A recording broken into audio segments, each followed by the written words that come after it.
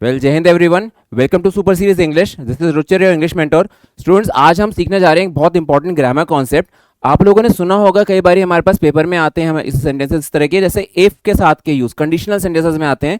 तो एक हमेशा क्वेश्चन रहता है हमारे दिमाग में कि सर इफ के साथ में हम जब आई वर्ड लगाते हैं तो यहाँ पे इफ आई वर्ड के बाद में हमें प्रोनाउन कौन सा लगाना है। हमें ये तो पता चल जाता है कि वर्ड यहाँ पे second form of main verb होती है, लेकिन हमें यहाँ पे ये समझ नहीं आता कि बाद में ही लगाएं या हिम लगाएं, यानी कि ऑब्जेक्टिव प्रोनाउन लगाएं या नॉमिनेटिव प्रोनाउन लगाएं। तो आज का जो सेशन होगा लास्ट तक बने रहिएगा। इसमें मैं आपको बताने जा रहा हूं कि आपके पास इन जनरल इंग्लिश, अगर हम बात करते हैं कंपटीशन की इंग्लिश के अंदर, तो हमारे पास इफ ही वर्ड के बाद में क्या लगेगा, ही या फिर उसके साथ में हिम, यानी कि ऑब्जेक्टिव या फिर नॉमिनेटिव। चलिए शुरू करते हैं, नोट जरूर बनाइएगा।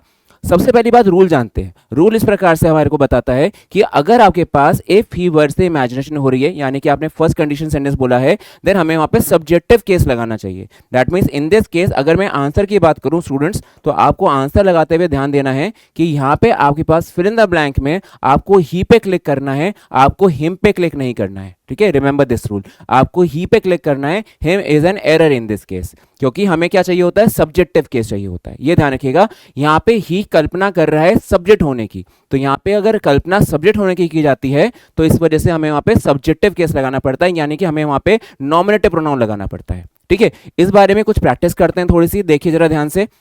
सबसे पहली बात, आपके पास एक फ्लो चार्ट है। फिर से यहाँ पे देखो, करेक्ट ऑप्शन हमारे पास फॉर्मल इंग्लिश में और एग्जाम्स में क्या चाहिए। जनरल स्पीकिंग में तो हम लोग गलतियां करते हैं, फिर भी कोई टोकता नहीं है, लेकिन एग्जाम तो वही फॉरन से मार्क काट देगा ना, डिडक्शन हो जाते हैं, वहाँ पे नेगेटिव मार्किंग हो जाती है। तो ये ध्यान रखिएगा कि अगर यहाँ पे हमारे पास करेक्ट आंसर विल बी ही या फिर नॉमिनेटिव प्रोनाउन, इसके साथ में if he were he I would not go, मतलब अगर मैं उसकी जगह होता या अगर वो मेरी जगह होता, तो हम लोग सब्जेक्ट होने की इमेजिनेशन कर रहे हैं, तो the answer should be in subjective case. ठीक है, यहाँ पे लिंकिंग वर्ड के बाद में, यानी कि जो वर्ब की जो सेकेंड फॉर्म है, इसके बाद में आपको यूज करना है subjective case. This is 100% correct answer for you, right.